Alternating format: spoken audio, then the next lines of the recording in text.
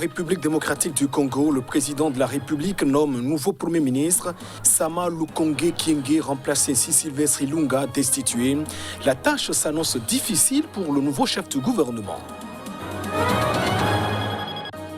2 soldats maliens ont perdu la vie dans l'explosion d'une mine. Le drame s'est produit au centre du pays, au passage de leur véhicule. L'attaque est attribuée aux terroristes.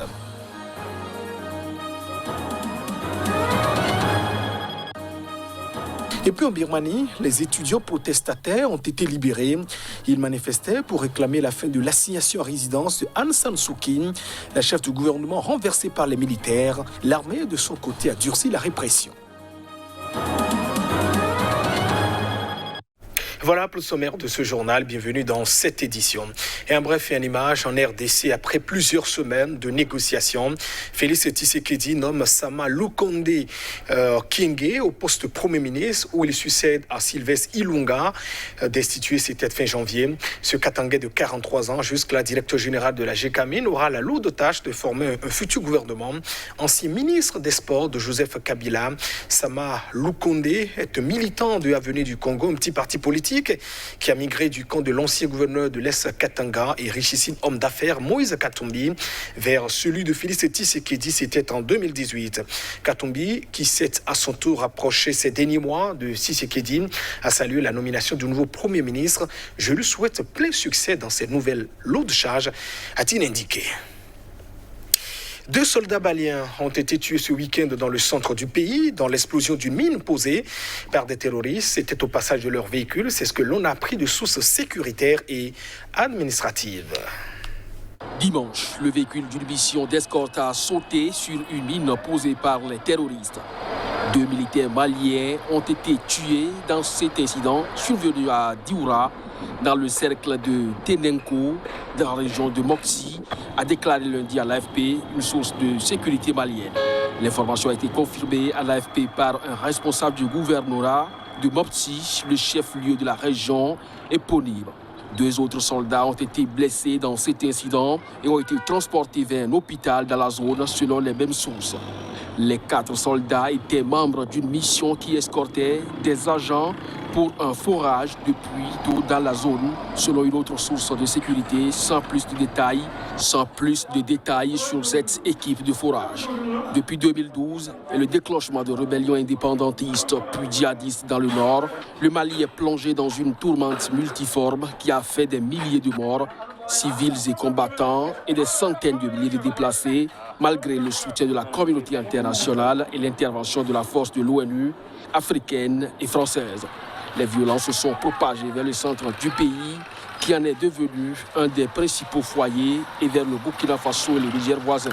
Les groupes armés apparus en 2015 dans le centre du Mali ont prospéré sur les anciens antagonismes liés à la terre entre éleveurs et agriculteurs et entre ethnies Peul, Bambara et Dogon. Ils attaquent tout ce qui reste de représentation de l'État et fomentent ou attisent ces tensions. Des groupes d'autodéfense communautaires sont également accusés des actions. Au Niger, la campagne pour le second tour de la présidentielle prévue pour le 21 février prochain suit son cours.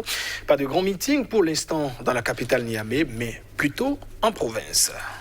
Au Niger, les 2 candidats au second tour de la présidentielle ont 5 jours pour mobiliser les électeurs. Et tout se joue en province et en milieu rural. Mohamed Bazoum et ses alliés ont déjà organisé 7 meetings dans 7 chefs-lieux de région sur les 8 que compte le pays. Maman Ousmane n'en a organisé à ce jour qu'un seul, à Tillabéri. Pour ce second tour, Niamey ne ressemble pas à une ville en campagne. Les 2 candidats n'ont pas encore tenu leur meeting selon Aman Asman, un observateur de la vie politique nigérienne. Seini Oumarou, arrivé 3e au premier tour de l'élection présidentielle au Niger, a appelé à voter pour Mohamed Bazoum, candidat du pouvoir, qualifié pour le second tour du 21 février, face à l'ex-président Maman Ousmane. La Cour constitutionnelle a confirmé il y a quelques jours que le second tour opposerait Mohamed Bazoum, arrivé en tête avec 39,30% des suffrages, à Maman Ousmane, qui a engrangé 16,98% des voix. L'annulation partielle ou totale du premier tour réclamée par des candidats de l'opposition a été rejetée par l'institution. 2 autres candidats malheureux, Malam Alma Oumarou et Moussa Barazé Hassan, crédités respectivement de 2,47% et 2,40% des voix, ont déjà appelé à voter pour Mohamed Bazoum, selon leur parti. 5 pays du Sahel et la France sont réunis en sommet depuis ce lundi au Tchad pour faire donc le point de la lutte anti-djihadiste dans la région. Paris voudrait donc voir ses alliés assumer le relais militaire, mais aussi politique pour réduire donc un engagement vieux de 8 ans. Politiquement, Paris a martelé qu'il est donc temps d'embrayer sur l'espace ouvert par les réussites militaires des derniers mois et notamment de réinstaller l'État là où il est aujourd'hui absent. Les détails. Ce sommet G5 Sahel se tient à un moment où Paris voudrait voir ses alliés assumer le relais militaire, mais aussi politique, pour réduire un engagement vieux de 8 ans. Emmanuel Macron n'aura cependant pas effectué le déplacement de N'Djamena. Raison évoquée, la crise sanitaire liée à la Covid-19. Dans son discours d'ouverture, le maréchal Idriss Déby Itno, le chef de l'État tchadien, a pressé la communauté internationale à redoubler d'efforts financiers pour œuvrer impérativement au développement du Sahel, pour remédier à la pauvreté, terreau du terrorisme.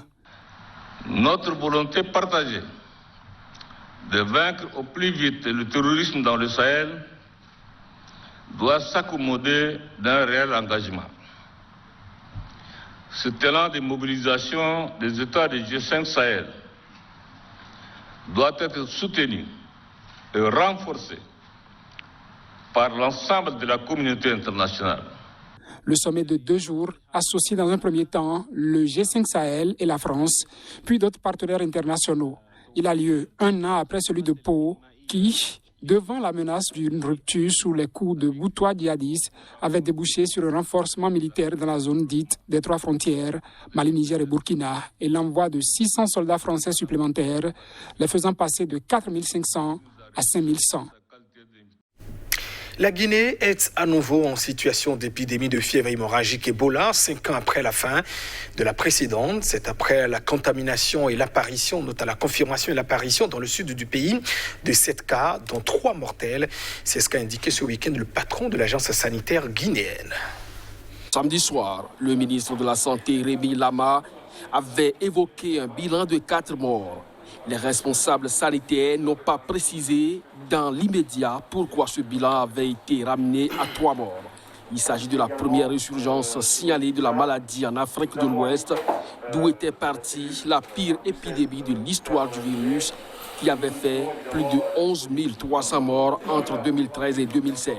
Au total, on a dénombré 7 cas, dont 3 décès. Parmi les 7, il y a 4 hommes et 3 femmes. Et actuellement, il y a 3 qui sont isolés, 1 à Conakry et 2 à Zéréko. À l'issue d'une réunion d'urgence à Conakry, le docteur Keïta, qui dirige l'Agence nationale de la sécurité sanitaire, a expliqué devant la presse qu'une personne était décédée fin janvier à Gouéké, dans la région de Guinée forestière, proche de la frontière avec le Libéria. Des premiers échantillons testés par un laboratoire mis sur pied par l'Union européenne dans la région ont révélé vendredi la présence du virus Ebola chez certains d'entre eux, a-t-il dit. Des étudiants protestataires sont libérés en Birmanie de la prison, la capitale notamment du pays, après avoir été arrêtés le matin lors de la répression d'une petite manifestation devant le bureau du gouvernement.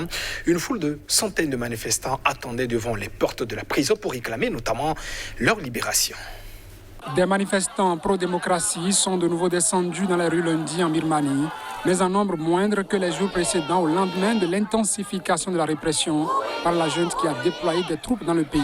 À Rangoon, la capitale économique, des centaines de contestataires se sont rassemblés près du siège de la Banque centrale dans le nord de la ville pour appeler les fonctionnaires à se mettre en grève. Mais les foules étaient moins nombreuses que les derniers jours, la présence de militaires appuyés par des véhicules blindés réfrénant les ardeurs. Les entreprises ont aussi envoyé des courriels à leurs employés pour les inciter à ne pas manifester. Le putsch du 1er février a renversé le gouvernement civil d'Aung San Suu Kyi et mis fin à une fragile transition démocratique de 10 ans. La peur des représailles est dans tous les esprits dans le pays qui a déjà vécu près de 50 ans sous le joug des militaires depuis son indépendance en 1948. Et les forces de l'ordre ont déjà dispersé violemment des rassemblements en tirant sur des manifestants. Une jeune femme de 20 ans, grièvement blessée la semaine dernière, est toujours dans un état critique. Dimanche, dans le nord du pays, plusieurs personnes ont été blessées. Une journaliste locale n'a pas pu préciser à l'AFP si des balles réelles ou des munitions en caoutchouc avaient été utilisées. Ces journalistes interpellés lors de ce rassemblement ont été relâchés lundi. Responsables politiques, militants, médecins, étudiants, quelques 400 personnes ont été arrêtées depuis le putsch. L'armée a aussi diffusé une liste de 7 activistes particulièrement recherchés. Des mandats d'arrêt ont été placardés, demandant à la population d'aider la police à retrouver ces fugitifs. Toute personne osant leur apporter de l'aide ou les héberger fera l'objet de représailles, a averti la junte. Et c'est vrai pour refermer ce journal. Les membres de l'OMC, l'Organisation mondiale du commerce, viennent d'accepter de nommer Dr Ngozi Okonjo-Iweala comme prochain directeur général de l'OMC. Elle est femme, la première d'ailleurs à occuper ce poste nigériane. La décision a été prise par consensus lors d'une réunion spéciale du Conseil général de l'organisation. C'est ce qu'a annoncé l'OMC une quinzaine de minutes après l'ouverture de la réunion. Mesdames et messieurs, c'est la fin de cette édition. Merci à vous de nous avoir suivis. Au revoir.